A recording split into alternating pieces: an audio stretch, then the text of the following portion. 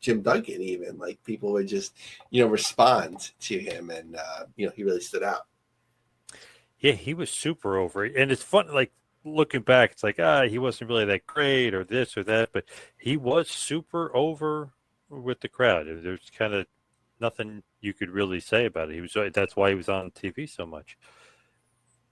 Do we have Brett? Do we have Mr. GCW? Yes. We got him. Yes, he is here. Nice. Hey, Brett, how are you? I'm good. How are you guys?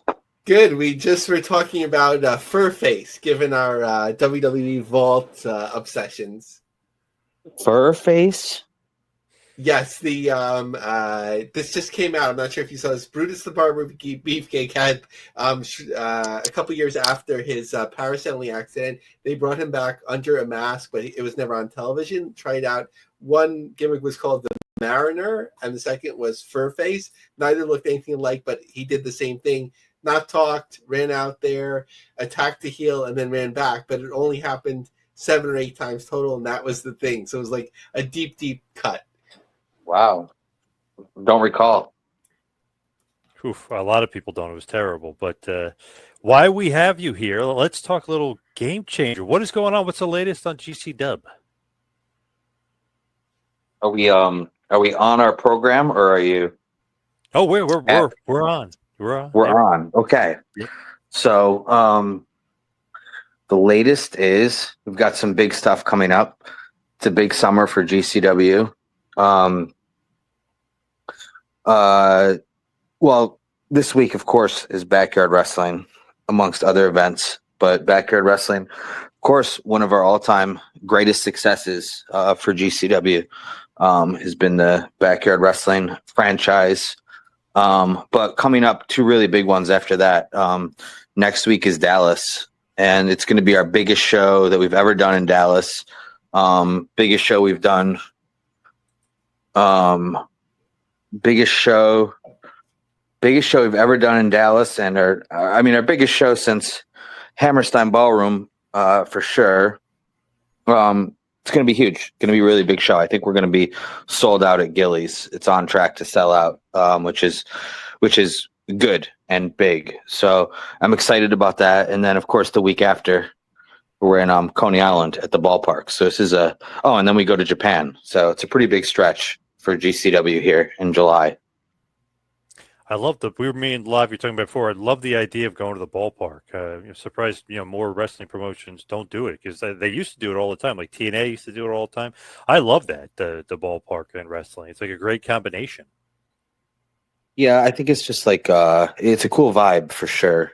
I think every situation is different with the ballparks these days, and certain venues aren't as affordable as they used to be, or as amenable as they were. Is with everything in entertainment these days. So this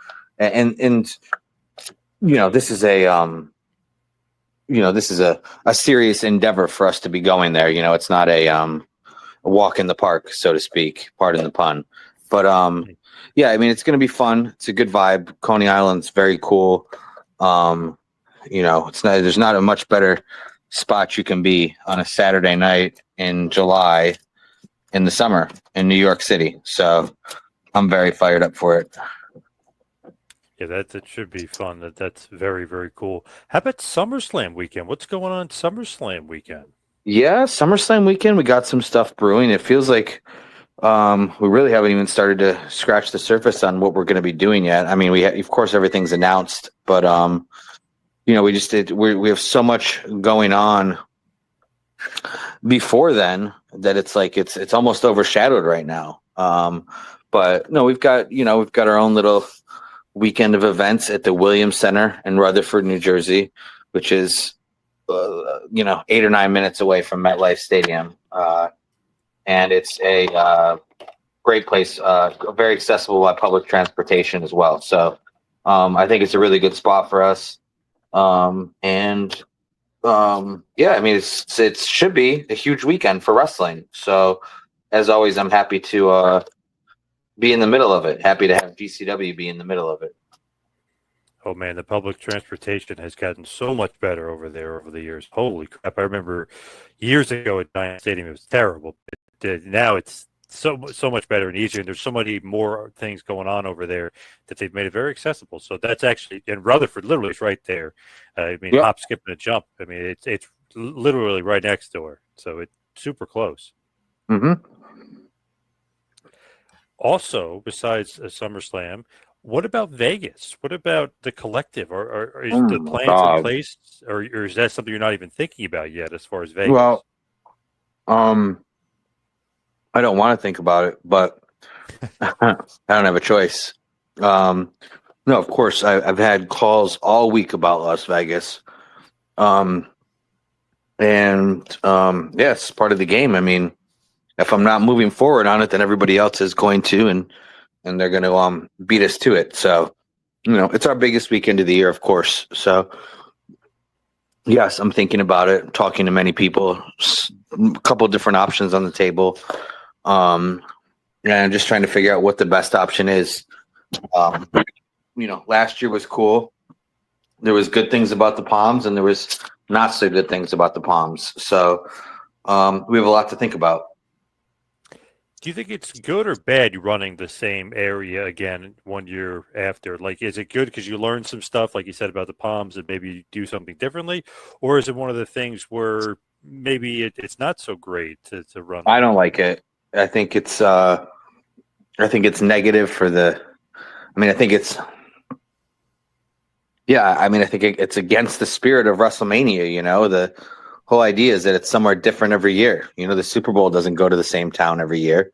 Part of the fun for people and for the hardcore fans and the dedicated fans is, they make trips out of this every year. WrestleMania is like their pilgrimage, and it's where are we going next year? And now it's, Vegas 1 year was challenging for a lot of people.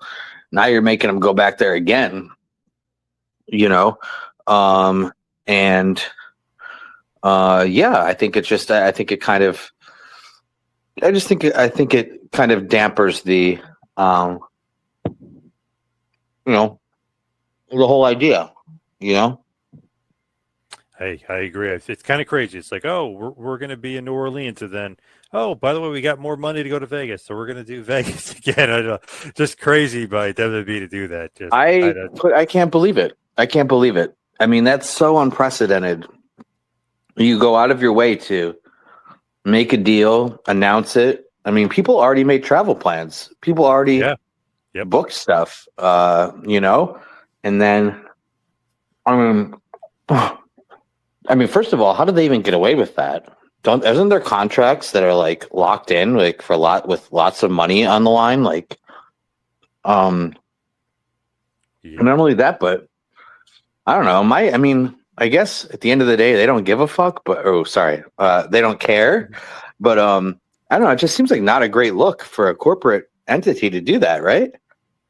Terrible look, especially since The Rock was, getting drunk, saying he loves this about New Orleans and that about New Orleans. They're going to New Orleans next year. It was a really bad look. It just looks like greed, corporate greed. That's what it looks. And I hate to pile on about it, but I'm not sure what anybody else could take from it. I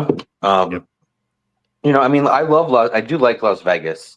I like it a lot, and I'll always be excited for WrestleMania. It's just unprecedented. It's nothing we've ever seen before from WWE in the era of WrestleMania. So I don't know. Who knows? Who knows the real story? Maybe there's more. Maybe there's something we don't know about, that facilitated the move behind the scenes, True. Hopefully we find out, but I don't think we ever will. How about Lavi? I know you're chomping at the bit, Lav. You want to talk about Effy? Yeah, so we'll get to Effy in a second. I was making some more notes as we were going along. So I guess the question, Brett, is how far along were you with New Orleans? Were you speaking to venues? Did you put down any money yet? I think WrestleCon got screwed a little bit with already booking a venue. How far along had you been? Yeah, we were in discussions, partly in conjunction with WrestleCon. We were talking to some of the same people. We had already done some scouting, and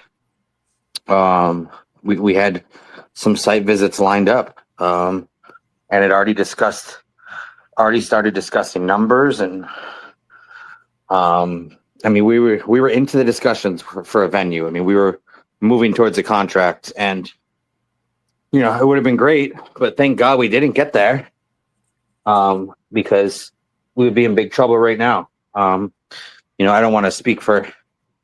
I don't want to, speak out of line, but I know others were not so lucky as us to have not signed a contract yet. I know that there are others who did and are now stuck with a contract that they can't use and having to figure out how to get out of it. And that's, that sucks for them. And that's the other thing. It's like, I mean, I guess for as far as, WWE doesn't care because it's not their event, but there's these other relationships too, like, hotels and even fans. It's like, there's probably some people who book non-refundable rooms or flights and whatnot that are stuck now. It's just that it's a whole domino effect. But yeah, I mean, luckily for us, we hadn't signed anything, so we're clean at the moment. Yeah, speaking of like venues and areas, so with Rutherford, New Jersey, I think what's cool is like sometimes the GCW graphic comes out and like it sort of tells you stuff that even hasn't been individually announced yet. So there was that Rutherford date, obviously WrestleMania weekend, and I was like, for sure you're going back to the mall. And Luis Perez, of course, of PW Ponderings, for the official business podcast of PW Ponderings, was like, no, it's going to be at this at the venue that you're going to be in, the Williams Center. Yeah. So like, had you considered, now it makes more sense because multiple shows, which doesn't necessarily lend itself to a mall environment, but had you considered going back to the mall? Like, how successful was the first? Yeah, we were supposed to go back to American Dream. We had it locked down. We had the dates on hold, and we were just waiting for a contract. But we got edged out because and I don't know if this has been announced or anything. I'm not trying to break any news, but my understanding is that Fanatics is going to be doing their WWE installment there, or some form of it, either there or in the parking lot or within a certain proximity where we're boxed out. So, that's a much bigger deal than us. And I think there's some corporate entities at play as well. So, us as the little guy kind of gets pushed to the side on that one. And I get it. I don't like it, of course, but I get it.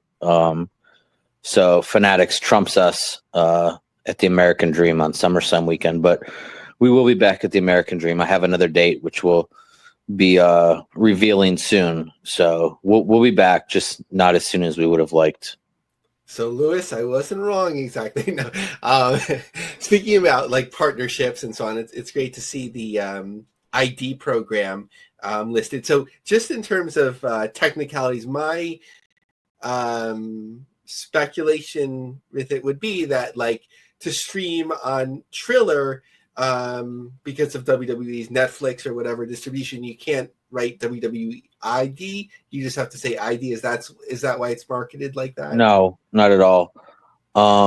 It's more it's more from a legal standpoint.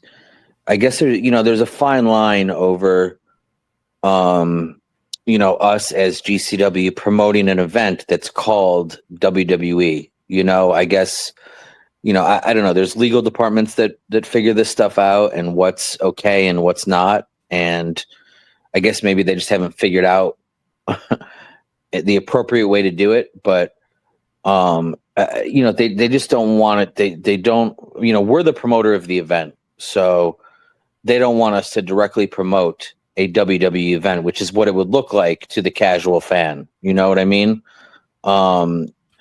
So that's kind of my understanding. It's, we can use the WWE ID logo, on match graphics and things of that nature, but they just don't want us to specifically refer to it as a WWE event. Got it. So speaking of streaming on Triller, Triller's in the news. I'm kind of obsessed with their stock price.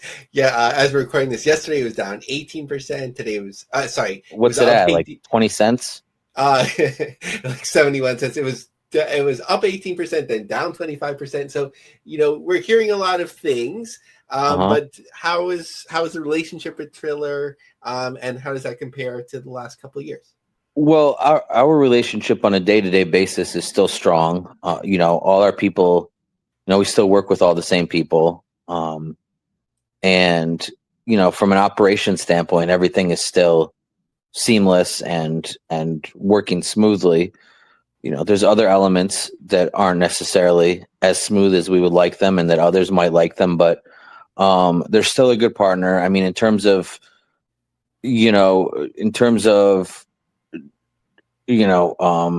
as broadcast partners, they remain, the app remains strong. Their delivery to fans, as far as from a fan standpoint, nothing's affected. The fans are continuing to get everything that they paid for, and it's all seamless and still a great deal for the fans. So, everything's still cool. I mean, they're as good as they could be given the circumstances. Sure. So speaking about alliances, GCW has always been good about sort of especially with Bloodsport, right? Like sometimes you've had talent from all over. Was that the end of your Triller comments or discussions?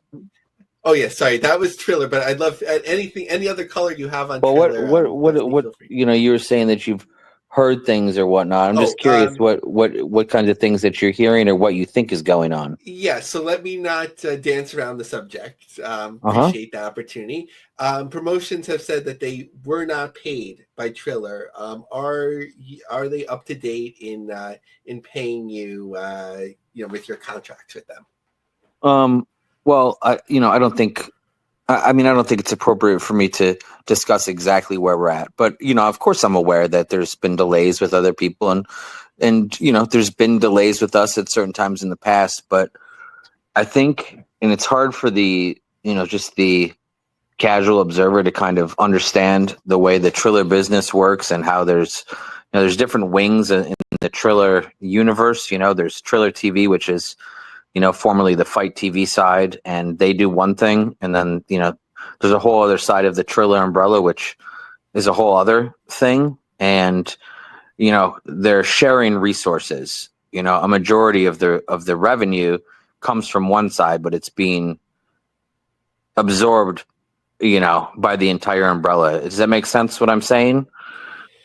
Yeah, I think for a while, Triller TV, as far as I understand, it's sort of it does sort of exist in its own universe, and whether it's profitable or not, it's hard to say. We're waiting on those quarterly financials. Hopefully, they're not delisted before doing so. But I feel like the strain though comes from the parent just being in terms of what's been reported or speculated on, just cash poor, that there's not tremendous amount of money on hand. That's public. That's all public knowledge. I mean, we see the numbers that are public, but just as somebody who's been with Fight for many years, before and after the Triller acquisition, from what I can gather and from the people I talk to, and I don't have any real life insider. I'm not in the meetings here that are going on way above my level, but everybody seems confident that this portion of the business is still strong. That whether the parent company survives this current, I guess choppy waters, whether they make it through that or not, everybody seems to be pretty confident that the Triller TV side will continue in one form or another. And I mean, you can read into that, I mean, I don't think, when a company goes through what Triller's going through, right? They run out of money, and then there's people who, there's creditors. What ends up happening, a lot of times, assets get sold off, right? And I think Triller does have some assets. So, it looks like bare knuckle. Just in reading, if you just Google Triller, what seem to be the assets for Triller? Bare knuckle, Triller TV.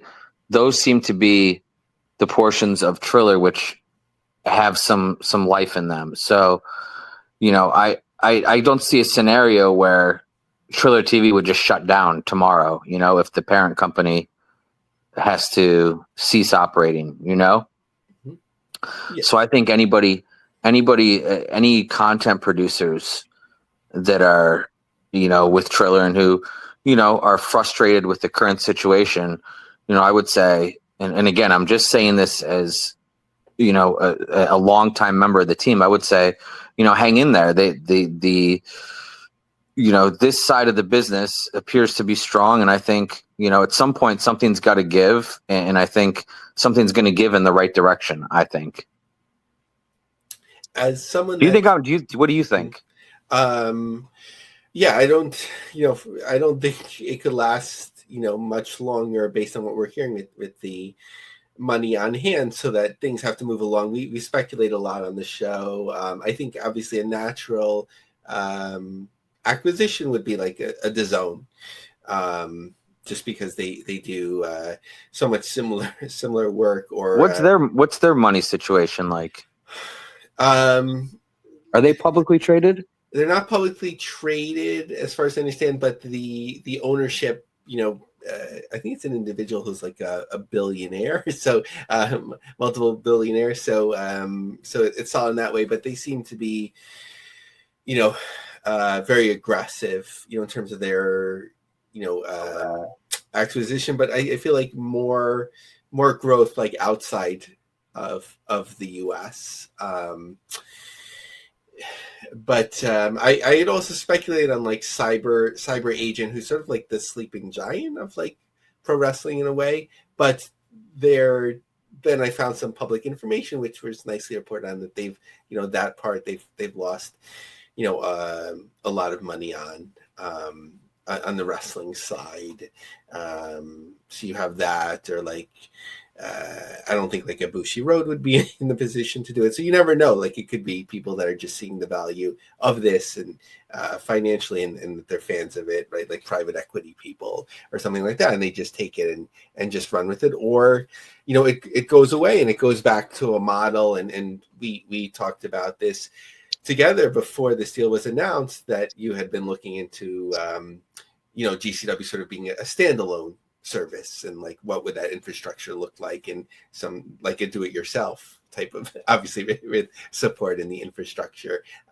So we might just see the pro wrestling landscape sort of fall back to that, which, for buzzworthy promotions, that can work, but for others that are attaching themselves to bigger brands, that would be harder to to survive, or at least thrive.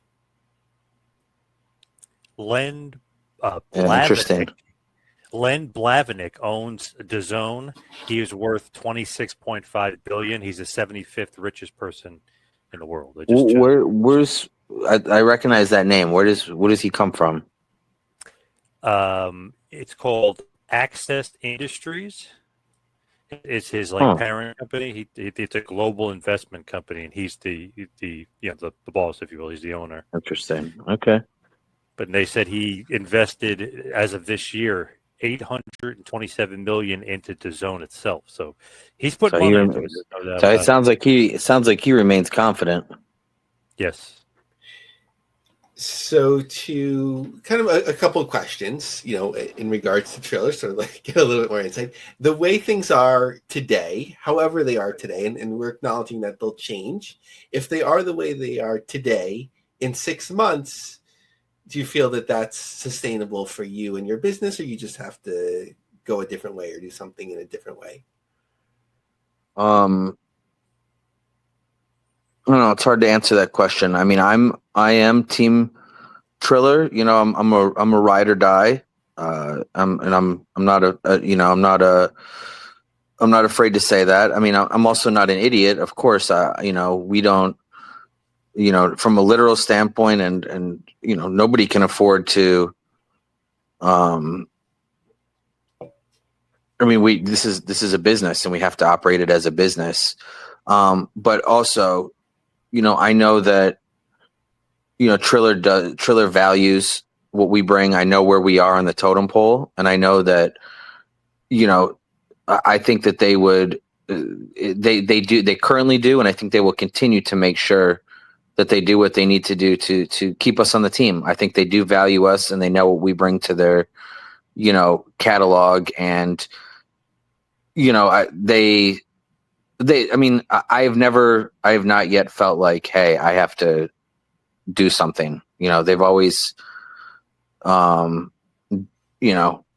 been honest and upfront with me, where I know what's going on and I know what's coming and when it's coming, where we can make it work.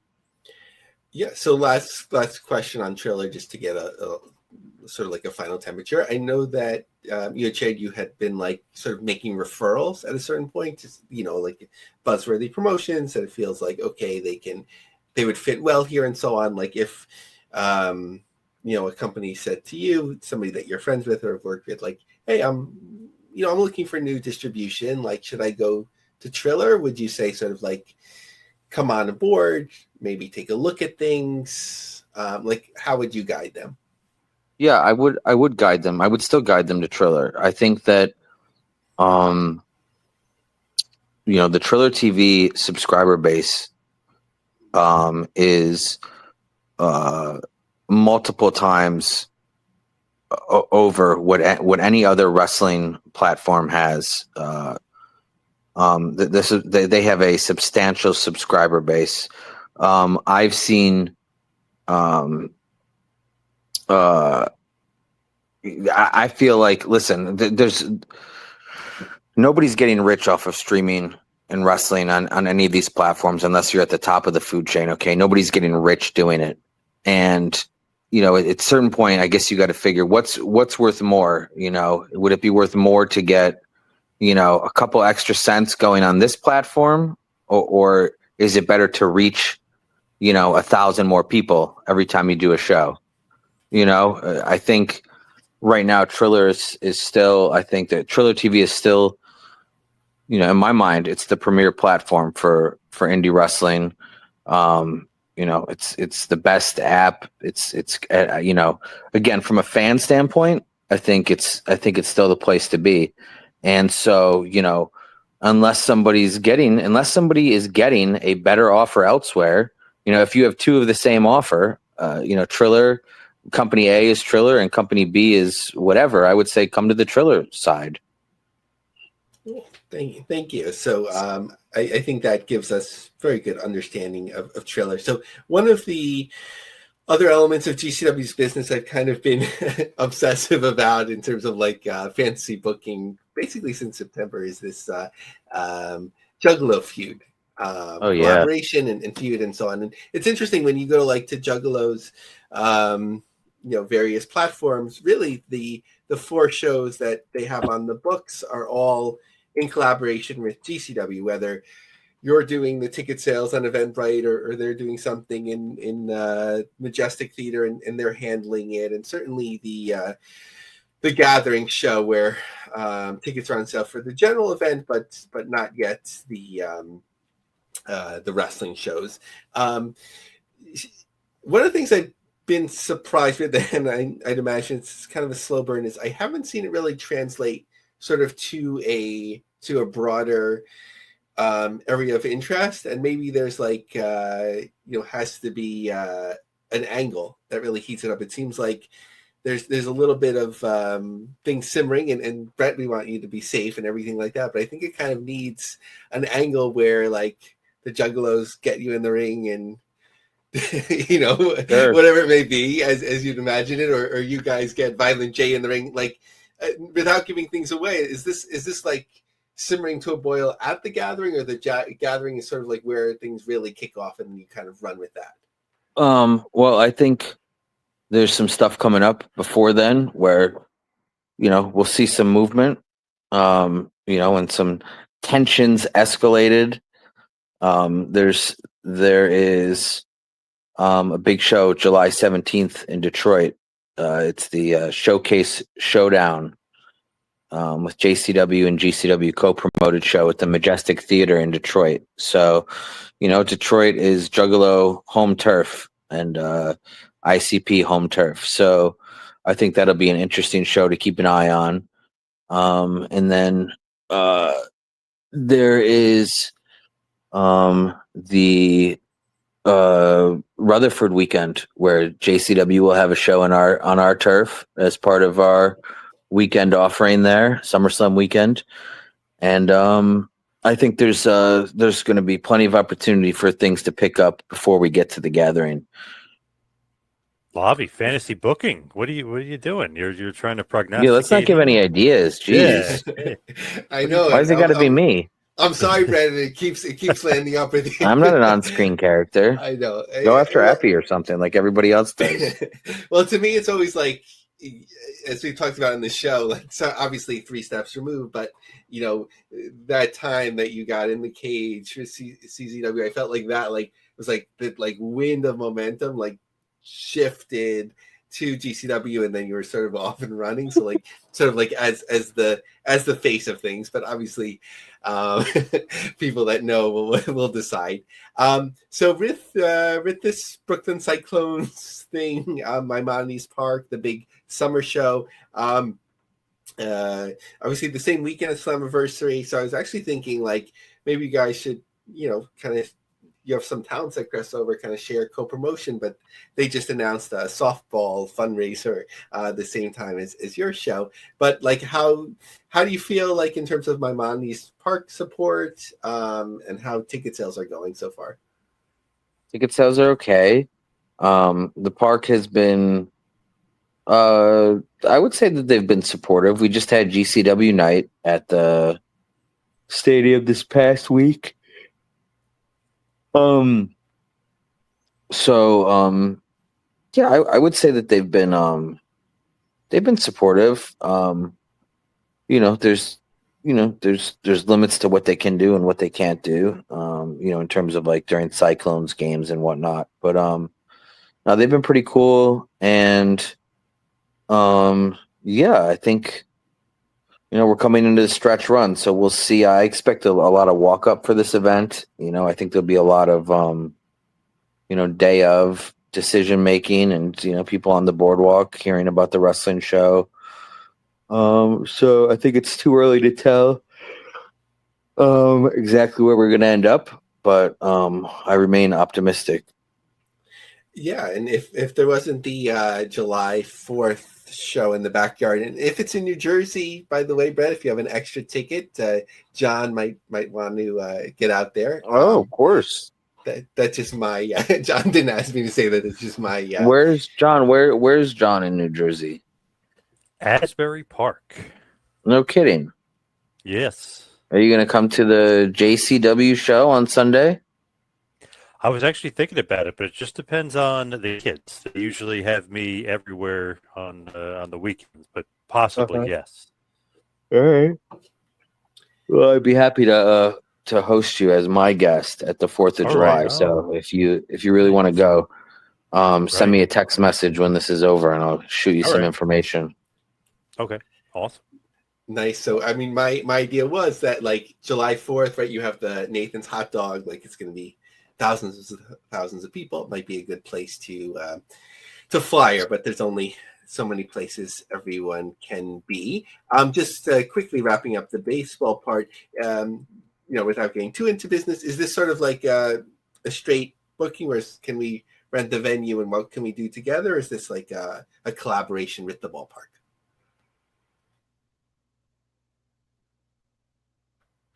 I would not call it a. It's not a collaboration. This is this is us. We went to them and asked if we could do a show there.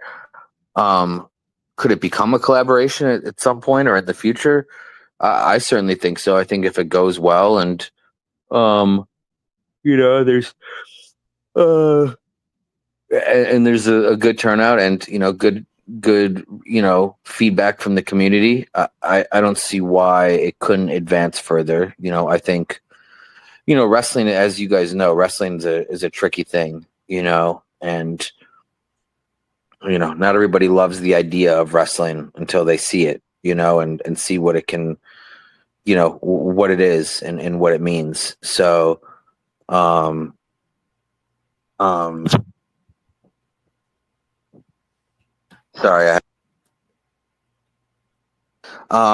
So I think, yeah, I think it's, I think it's I think it's a we'll see situation, Yeah, as the hour is getting late, I just want to give like one final question that's related before turning it over to John. Like, I think, well, I'll preface this a little bit. So I think GCW has done a really good job in a number of things, obviously, which but like sort of like finding a balance of like different brands. Obviously, the death match in New Jersey is very different from the mall or the baseball stadium, and sort of like finding that balance. But the malls and the baseball games and so on, like the family friendly, do you see like that sort of like as a growth area for GCW? And maybe there is a market for baseball stadiums and wrestling, and maybe it's sort of like moving into that market a little bit, sold shows or collaboration, and sort of like opening up like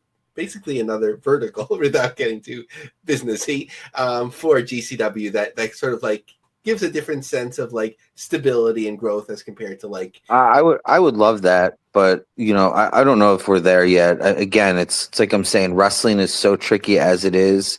And the one thing with, the one challenge for GCW is, we have this great track record of big, like, of great success in all these legitimate avenues and legitimate venues. And, also part of our history is also, outlaw stuff, and, family type entities or family friendly, organizations or whatever. A lot of the times when, if they're hearing about us or people are talking about us for the first time, what do? You go and you Google it, and what comes up, for every, great success that GCW's had, a sold out Hammerstein ballroom, there's people are also going to see, death match type stuff, and not everybody understands what that is, Yeah. Oh, we have a special guest, John. I saw this pop up. I don't know if this is really Violent J or not. Maybe he's not happy with what Lavi was saying about the Juggalos. Violent J, are you there? Yeah, can you hear me?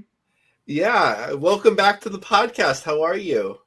I'm good, man. I just was trying to listen. I didn't know I was in the room, but I'm here.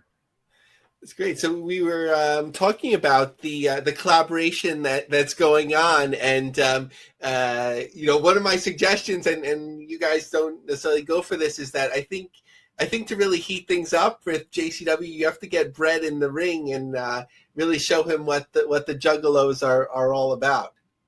Listen, I study Brett. All right, that's what I'm doing here right now, studying Brett. You know what I'm saying? I study Brett's moves. I'm trying to pick his brain constantly, and I'm trying to learn everything he does. Because I consider him my equal, and I want to be better than Brett. You know what I mean? And I want my company to be better than GCW. So I was in here trying to spy on him. That's all. But you guys called me out. Yeah, who sent him the link? Lavi, did you send him the link? I think it went through the GCW corporate. Maybe you have to speak to your. Well, I am PR. GCW corporate, so I'm gonna have to see if there's a leak in my office. Don't worry about how I got the link, brother, but I got it. Yeah. Well, yeah, I didn't like Lavi. Lavi was suggesting that he wanted to see somebody from JCW get their hands on me, and I told him that's just not going to happen. Especially not on July 17th in Detroit. Not on August 1st in Rutherford, New Jersey. So, all due respect to you, Violent J, but I got guys watching my back, so don't get any ideas. All right. It's funny you say that, Brett, because the way I remember it, and the way all the fans can see it, is somebody did get their hands on you when you showed up at JCW's show, and you brung all your thugs and all your criminals you call wrestlers at GCW, Mm-hmm. and you guys showed up at our show, and I remember you tried to recruit Too Tough Tony Mm-hmm. over the GCW, and he was the one that got his hands on you. And I And what remember you happened to him? screaming like a newborn baby woman until they attacked him from behind. But I Yeah, remember but he got his what? big meaty paws on you, and he's about to have his way with you until all that happened. But he didn't. And what happened to No, him? he didn't. No, he didn't, Yeah. because you brought about 7 or 8 different thugs with you, and that's the only way you move. I understand that, but Well, now I'm no be idiot. prepared I'm next no time. idiot. You know that. I'm not going to show up in Juggalo territory, without backup. So, it's going to take. You're going to need like 10 or 11 two tough Tonys if you're going to want to actually, get your hands on me and finish the job. So, good luck with Well, I that. was pretty shocked. I'm not gonna lie. I was pretty shocked to see the way you were running your mouth on that mic in the ring. Usually you're not an upfront public guy, but you certainly had no problem being just that at our show. And the way I remember it, there was about 1,800 juggalos that wanted to kill you in that building. You know what I mean? And you were still grabbing the mic proudly and running them down until you damn near caused a riot, which is pretty unlike you, because usually you're professional, more or less behind the scenes type of guy, but you didn't have any problem grabbing the mic and telling all the juggalos how you felt, which was pretty wild. Oh, well, right. And I just want to say, I've said this. I actually said this on the GCW podcast last night. Actually, and I've told you this, Jay. I have a lot of respect for you.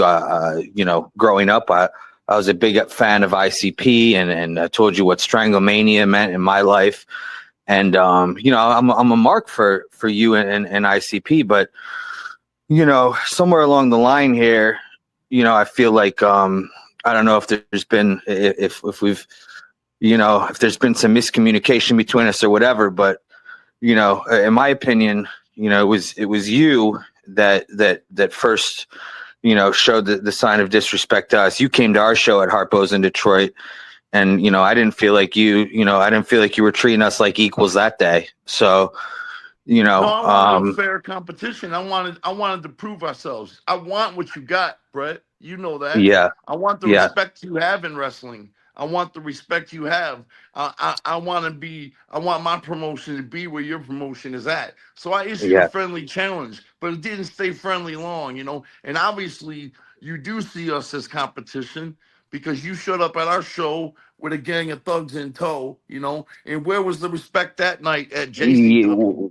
Well, I look at it like this, we're not equals, with all due respect. In the music world, you're above me. In the wrestling world, you're below me. And, I'm happy to lend a little advice to you once in a while, but, sometimes I also have to stand on business, and I have to come in there and remind you and all the people in the face paint, where you guys lay on this totem pole. So it is what it is. Again, maybe you feel a certain way about it, but GCW is my company, and I got to stand up for it. And, if that means reminding you guys what you are and where you are in that totem pole, I'm going to do it. And again, all that's, I don't mean to disrespect you, but it is what it is. In the wrestling world, my guys, you call them criminals, you call them thugs or whatever, but there's a reason why we're number one, So That's true. But all that respect you allegedly have for us, there was none of it. And the whole world can see it on Lunacy next week when the episode comes out. They can see how little respect you actually have. They can see a new side of Brett Lauderdale when they watch that episode. They can see who you really are, because you didn't have a problem showing it at our show. You know what I mean? And you know what? In some ways, I'm sorry that happened, because I do like to stay behind the curtain. But again, when I feel like my company's being attacked, at the end of the day, this is, I got 10 years in on this now. It's my livelihood. It's my family. So, if I have to come on the other side of the curtain and speak my mind, I'll do it. So, listen, let's just agree to disagree for now. We've got some time coming up. I'm going to see you July 17th in Detroit. We'll be in your turf. I think that's a good opportunity. If you have something to say to me, we don't need to do it on Lavi Margolin's podcast. We can do it face to face at the Majestic Theater. How about that? We will, and it's called the Showcase Showdown. The violence is right, and that's why I'm really, really excited about the show on the 17th, because it's going to be not a war between us. It's going to be a showcase to show what both companies got. And if anybody wants to tune into that show, you'll see because there's going to be a GCW match and then a JCW match and a GCW match and a JCW match. And without us fighting each other, but just giving a presentation of both of our promotions, you know what I'm saying? Everybody can see who's really putting on the better show here, who's really putting on the better promotion, who's really got the better talent. You know what I mean? And that's exactly the type of platform we need to show the world who's better. Without the backstabbing, without the warring with each other, which we'll get to when we get to the 2-day war at the Gathering. But at this Yeah. show on the 17th, that's what I'm looking forward to the most right now, because I want to show the world that when you put our company match for match against your company, it's glaringly obvious. It's glaringly obvious who's got more heart, whose wrestlers have more talent, and who puts on a better performance, because that was a mistake you made signing up to agree to that, Brett. You know, and I'm being respectful. This is your moment. You know, I was trying to spy on you, but this is your moment. And I'll tell you this, that was a mistake you made agreeing to that, because once you can clearly see, when this showcase happens, you can clearly see us against you, and you know, side by side, who's doing the better performance, who's running the better promotion. That's where you're gonna embarrass yourself, my friend. Listen, I don't, I don't want to have to argue this all night. I want to document what you just said. I'm going to save that. I'm going to play that for my guys, and we'll see you on the 17th at the Majestic, and we'll see what's up. That's how it goes. Yeah, I don't have any problem giving you your props, brother. You know, before we quote unquote fell out, I used to swing off your nuts like a baboon. All right, I'll admit it. I've always been a GCW fan. I've always been a fan of what you do, and before, when I was touring constantly and I was unable to give JCW the type of time that I do now, you know, I used to just watch you in awe, brother. But I got the time now, and we're putting that type of energy into our promotion now, and that's where you got the problem, my friend, because agreeing to go side by side with us in front of everybody and run a show together wasn't a smart move, because it's gonna show all your flaws. Well, we're gonna find out. I mean, I'm again, I love a good challenge. A lot of people have doubted GCW over the last 10 years, and a lot of those people that doubted us are gone now. So I hope that doesn't happen to you. You know, I like rooting for the little guy, JCW. Like I said, big fan. But you sometimes. Well, it's been 25 years. We've been the most hated band in the world, and we haven't gone anywhere yet. So Yeah, I think we and don't that's have any great. problems. And I that's think we're great. etched in stone now, like a pyramid. We're stuck here forever, brother. And I don't even have a band, so you got me in that world. But we'll You see. got a band of thugs you call GCW. I do, and they're virtually undefeated. So I feel good about my chances. All out of jail that night. Make sure they're all out of jail. Well, I can't promise that. I'll be honest. I can't promise that, but we'll do our best. Okay, well, if anybody is in jail, I'll help you bail them out. How about that? Because I want Thank the best you. you got with no excuses. For the sake of the show, we may have to do that. So I'll let you know. All right, well, we'll see, brother. Man, I wasn't sure if I should. I kind of, maybe my fault. Wasn't sure if I should let Violent J in or not. I saw him there and I was like, I don't know if I should. So it's really kind of my fault. I apologize. You probably sent him the link in the first place. Well, maybe because he's my boy and he's been on my show, the 2-Man Power Trip, before. We had an awesome convo. So Violent J is my boy, and ICP, I love ICP. So partially maybe my fault, but La Vie is my boy. So guys, I didn't mean to interrupt. I keep my eye on Brett's movements. It's not too often, you know what I mean, that I get a chance to sit back and observe. You know what I mean? And that's what I like to do every chance I get. I like to hear what comes out of his mouth. I like to hear what comes out of his brain, because he is a success. And he has proven his company as number one, and I'm not afraid to admit that. I don't have a problem admitting that GCW is number one, and that's glaringly obvious, but things change. If there's one thing about life, the only guarantee in life is change. You know what I mean? And there's definitely a big change that's about to happen in professional wrestling. That's for sure. So, Violent J, I just have one question. I know Brett is he's checking off the map in the U.S., all 50 states, and I know there's not a place that the Juggalo Army hasn't been. So, are you going to help unlock the Southeast for GCW, and also just to name a few places: Idaho, Montana, the Dakotas, Nebraska, Kansas? Because we always know that the Juggalos come out to support, but maybe open up some doors for GCW as they take over the U.S. and then the world. I'm not doing anything for GCW, but I'll tell you this, for JCW, we're going everywhere. I know Brett tours the world. We haven't done that. We haven't been to Japan. We haven't been to Europe.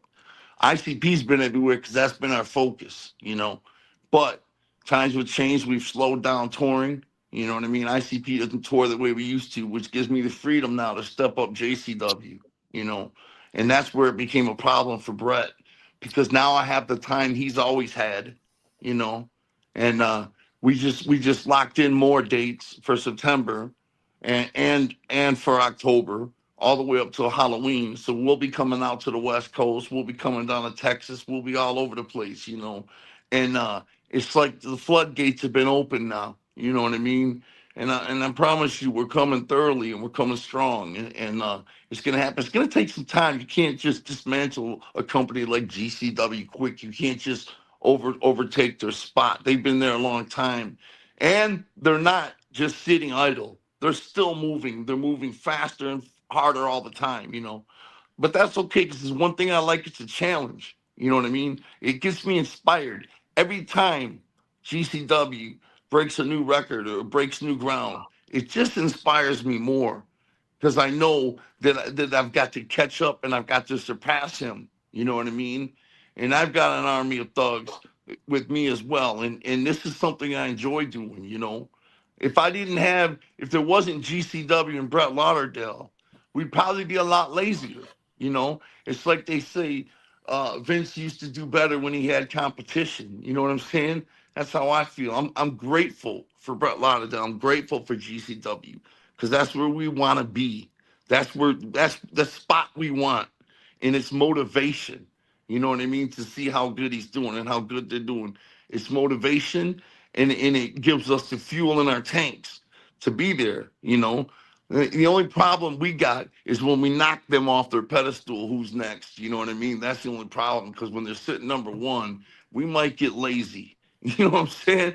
But until we get to that spot, I don't have to worry about that. Yeah, and I tell you what, we can end by agreeing here. I actually agree with what you're saying, and if nothing else, at least hearing you say that you're gunning for us, so to speak. That does keep me on my toes, and I like that. Competition's good for everybody. GCW's always been at its best when there was, somebody nipping at our heels, so to speak. So, I do like a good challenge. I do like good competition. You're not going to beat us, but you're welcome to try, and I appreciate the motivation. So, we can say this: we're not nipping at your heels. We're about to bite your entire legs off, my friend. Well, that remains to be seen. But I welcome the challenge, and like I said, I enjoy some good competition. So let's do it.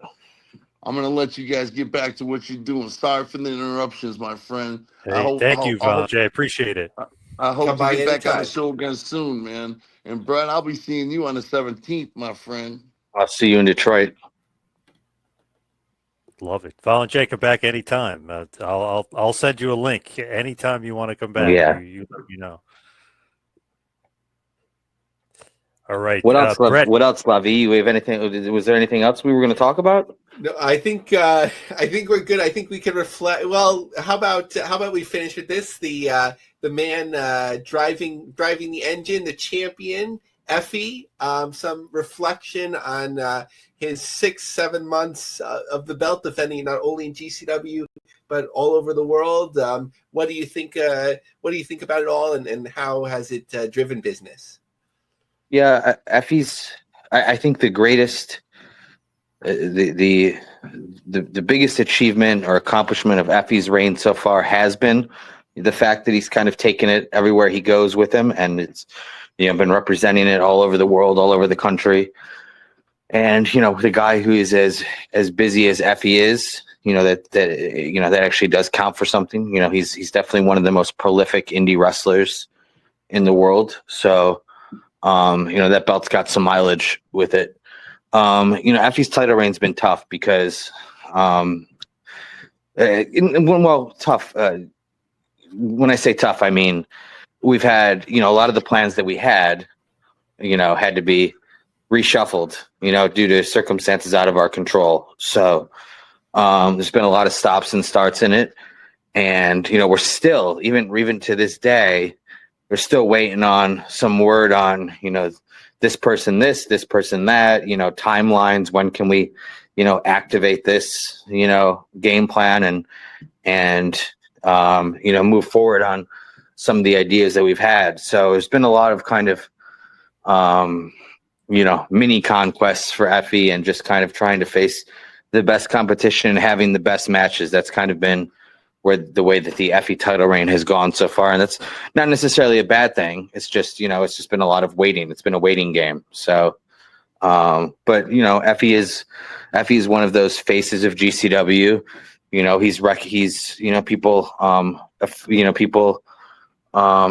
know him as a GCW guy, and I'm proud to have him as our champion. And he's professional. He's he's professional. He's a hard worker, and I don't ever have to worry about Effy. He's going to be there and he's going to do his job. So there's something to be said for that. Nice. Let me turn over to John. Brett, I do want to apologize. I thought that would be a little bit more fun with Violent J, but I thought that would be good to get him on, since Lavi was saying, he wanted you to get juice in the ring, whatever the hell he's talking about with you. I know, crazy. Sorry about that. But give us one last big push for everything Game Changer, everything GCW. Yeah, well, like I said, it's the summer of GCW. We are headed for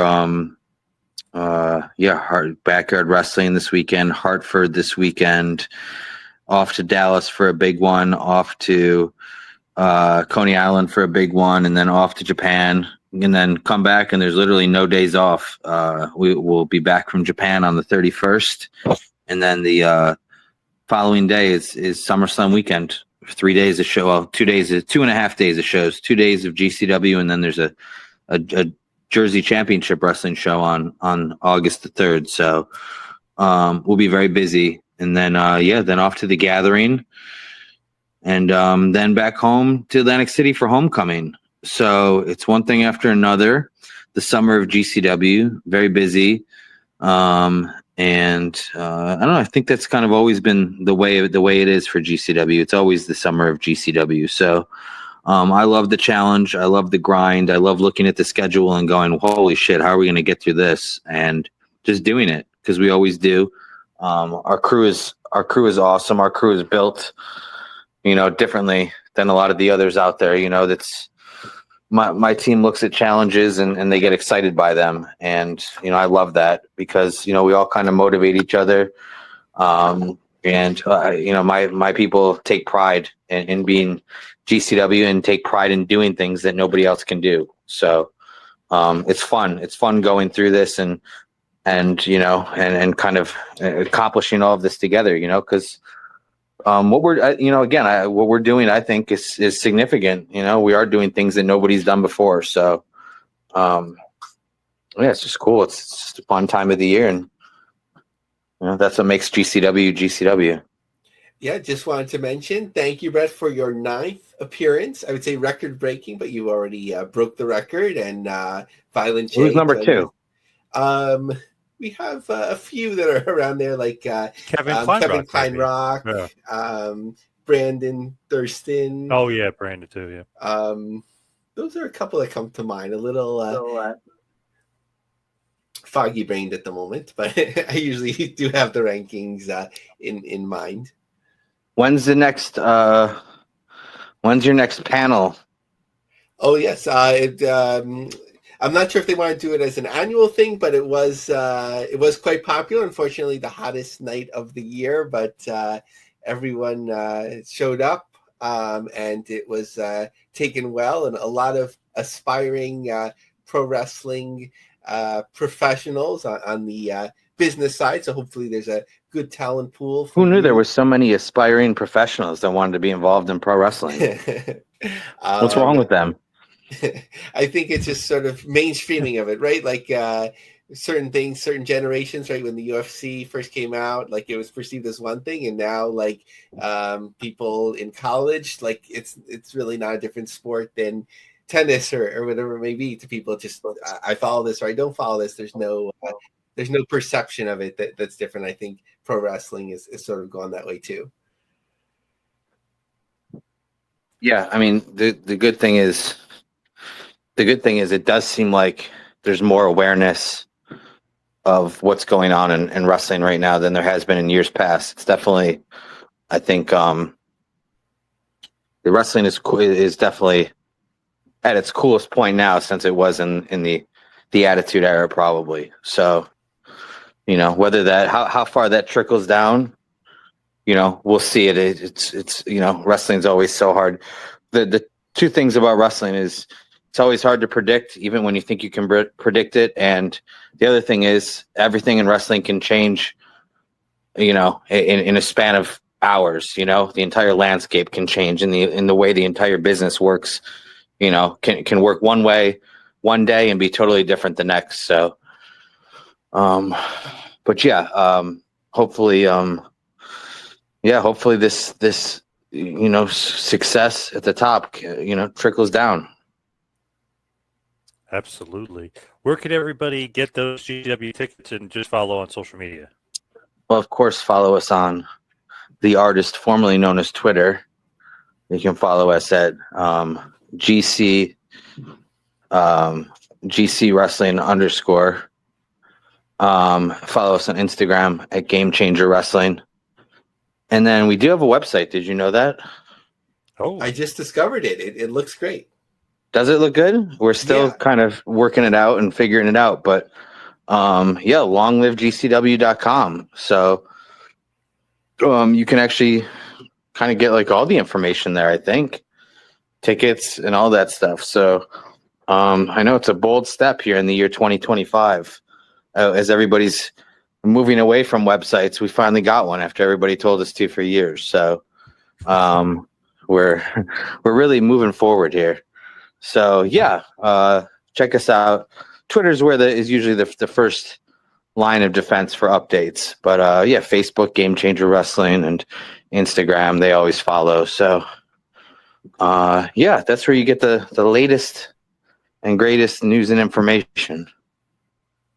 all right. Awesome. Thank you, Brett. Appreciate all the time tonight. Thank you. Yes, thank you guys. Thanks, Brett. Talk to you soon. Talk to you soon, Brett. Have a great night. You too. Take care. Bye. All right, Lobby, you can follow me on Twitter and Instagram at 2Man Power Trip. How about you? On X, Lovey Mark, LAVIEMARG. One thing that I didn't mention from that panel is a lot of interest in the LinkedIn group. Now, the Business of the Business, I realized as I was trying to help people in the panel to get on, you have to search Business of the Business group. That'll help you find it, but over 125 members now. Nice. Look at that. Good job, Lavi. I love that. I'm in there as well, but I love that you're spearheading it. Great job. But thank you, everybody out there, for tuning in. See you right back here next week for a little Business of the Business. We'll see you next week, folks.